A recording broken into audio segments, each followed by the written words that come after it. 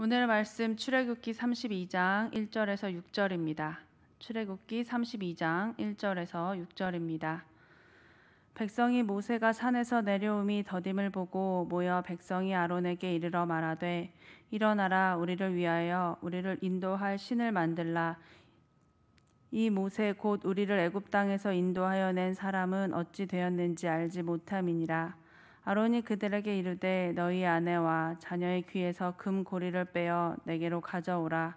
모든 백성이 그 귀에서 금 고리를 빼어 아론에게로 가져가매 아론이 그들의 손에서 금 고리를 받아 부어서 조각칼로 새겨 송아지 형상을 만드니 그들이 말하되 이스라엘아 이는 너희를 애굽 땅에서 인도하여 낸 너희의 신이로다 하는지라. 아론이 보고 그 앞에 제단을 쌓고 이에 아론이 공포하여 이르되 내일은 여호와의 절일이니라 하니 이튿날에 그들이 일찍이 일어나 번제를 드리며 화목제를 드리고 백성이 앉아서 먹고 마시며 일어나서 뛰놀더라. 아멘.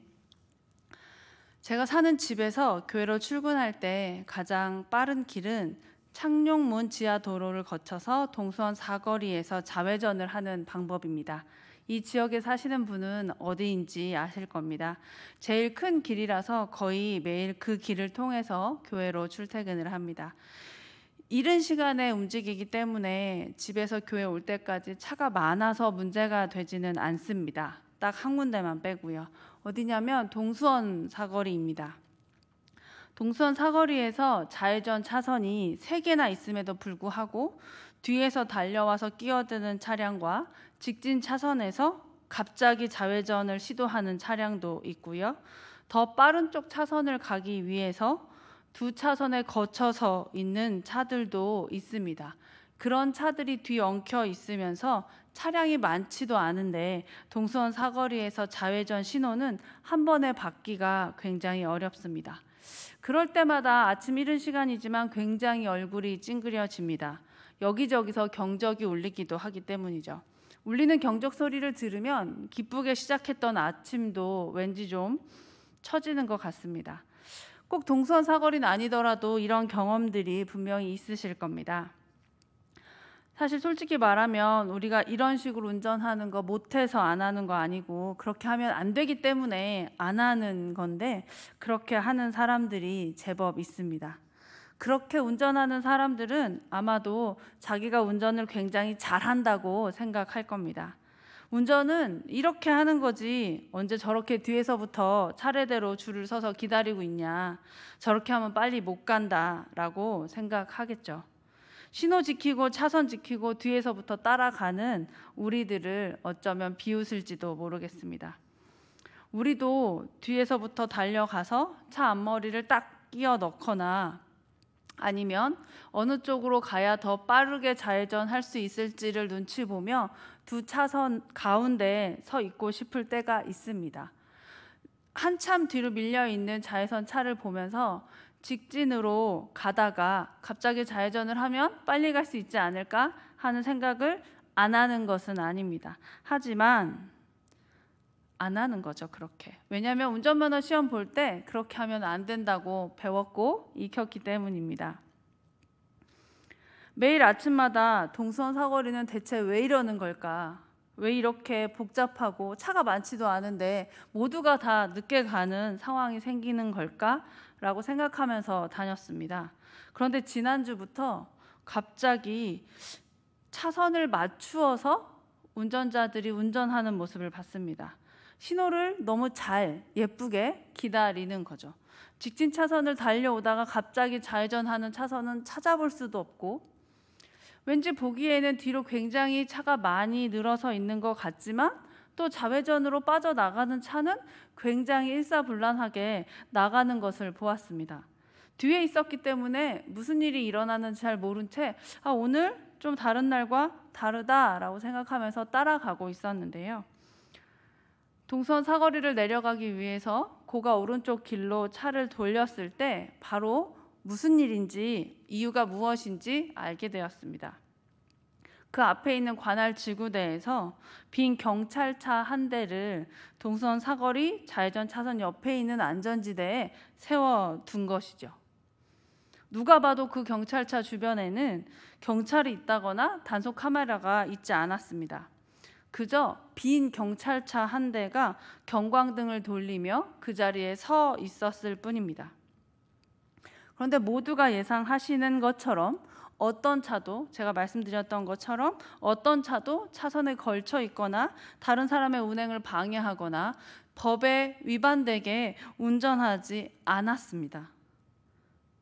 당연히 신호에 맞게 급하지 않게 운전하게 되었던 거죠. 면허 딸 때 분명히 어떻게 운전해야 하는지 우리가 다 배운 것처럼 그렇게 운전을 했습니다. 보이기에는 뒤로 훨씬 더 많은 차가 서 있는 것 같아 보였지만 훨씬 더 빠르게 질서정연하게 모두가 다 같이 좌회전을 잘 할 수 있게 된 것입니다. 이유는 딱 하나, 빈 경찰차가 그곳에 서 있었다는 것뿐입니다. 저와 이 방송을 보시는, 이 예배를 드리시는 우리 수원영훈교회 교인분들의 마음속에는 무엇이 있습니까? 빈 경찰차의 역할을 하는, 사람이 타고 있는, 경찰관이 있는 경찰차도 아니고요, 단속하는 카메라가 있는 경찰차도 아니고 빈 경찰차와 같은 역할을 하는 하나님과의 경험이 우리 마음속에 있으십니까? 지금은 살짝 희미해졌다 하더라도 내 마음속에, 우리의 마음속에 하나님에 대한 경광등이 돌고 있습니까? 동수원 사거리에 있었던 그 빈 경찰차는 경찰관도 없고 단속도 되지 않았지만 경광등 하나의 사인으로 그 주변에 있는 모든 운전자들이 운전을 배운 대로, 익힌 대로, 그리고 해야 하는 대로 잘 했었습니다. 우리 마음속에 조금 희미해졌다 하더라도 잘 돌고 있는 경광등이 있다면 우리는 하나님께서 주셨던, 경험하게 해주셨던 은혜들을 떠올릴 수 있을 것입니다. 내 마음속의 기억과 내 마음속의 하나님에 대한 신뢰가 하나님을 믿고 예수님을 따르는 사람으로서 저와 여러분을 성경에서 배운 것을 지키며 살아가는 사람으로 만들어 줄 것입니다. 오늘 함께 보셨던 본문의 이스라엘 백성들의 마음속에서는 아마 경찰관은커녕 단속 카메라는커녕 빈 경찰차도 없었던 것 같아 보입니다. 모세가 하나님의 말씀을 받으러 산에 올라갔습니다. 하루 이틀 날이 지나도 내려오지 않자 백성들은 일어나서 아론에게 아침부터 요구했습니다. 우리를 위하여 우리를 인도할 신을 만들어내라. 하나님을 뒤로 한 채 눈으로 볼 수 있는 신을 만들어내라고 요구한 것입니다. 마음속에 아무것도 없으니까 겉으로 보이는 것을 만들어내라고 한 것이지요. 뿌리가 깊은 나무는 살살 부는 바람에 흔들리지 않습니다. 웬만큼 부는 바람조차도 즐길 수 있습니다. 아, 시원하다라고 하면서요. 왜냐하면 이 바람에 내가 뽑히지 않을 거라고 하는 확신이 있기 때문이죠. 하지만 뿌리가 얕은 푸른 바람 한번 잘못 불면 누가 살짝 건들고 지나가기라도 하면 뽑힐 수 있기 때문에 조바심을 냅니다. 전전긍긍하게 되는 거죠. 하나님께서 이스라엘 백성들을 어떻게 대하셨습니까? 이스라엘 백성들은 대체 어떤 생각으로, 무슨 생각으로 하나님을 뒤로 제끼고 신을 만들어내라고 했던 것일까요? 이스라엘 백성들의 경험, 체험, 이루 말할 수 없을 만큼 많습니다. 숫자로 손가락으로 세기에도 부족할 것입니다. 출애굽해서 32장이 되었건만 이스라엘 백성들의 마음속에는 정말 빈 경찰차 한 대도 서 있지 않았던 것 같습니다. 10가지 재앙을 통해 출애굽을 했습니다. 출애굽기 7장에서부터 출애굽하는 12장을 거쳐 오늘의 본문에 이르기까지 32장입니다. 이렇게 긴 날들 가운데 매일매일 반복되는 만나와 메추라기와 불기둥과 구름기둥과 쓴물을 단물로 바꾸셨던 하나님과 반석에서 물을 내셨던 하나님을 분명히 경험하며 그 은혜 한가운데 있었던 이스라엘 백성들이지만 홍해가 갈라지는 것을 두 눈으로 직접 목격하고 그것을 건넜던 이스라엘 백성들이지만 그 마음속에는 빈 경찰차도 없었던 것입니다. 10가지 재앙 이후에 체험했던 것들 중에 단 한 가지라도 이스라엘 백성들의 마음속에 남아 있었다면 모세가 비록 며칠 늦게 내려온다고 해서 아론에게 아침부터 신을 만들어내라고 요구하지 않았을 테니까요. 눈앞에 신을 만들어 놓으라고 소리 높이지 않았을 겁니다. 눈앞에 신을 만들어 놓으라. 지금까지 우리를 인도하신 하나님을 부인하는 소리입니다. 태양과 바람과 땅과 이 세상에 있는 모든 것들을 주장하시는 하나님이심을 온몸으로 경험한 이스라엘 백성들이 어찌 신을 만들어 놓으라 라고 할 수 있었겠습니까? 이스라엘 백성들을 보면서 혹시나 우리의 모습은 아닌지 생각해 봅니다.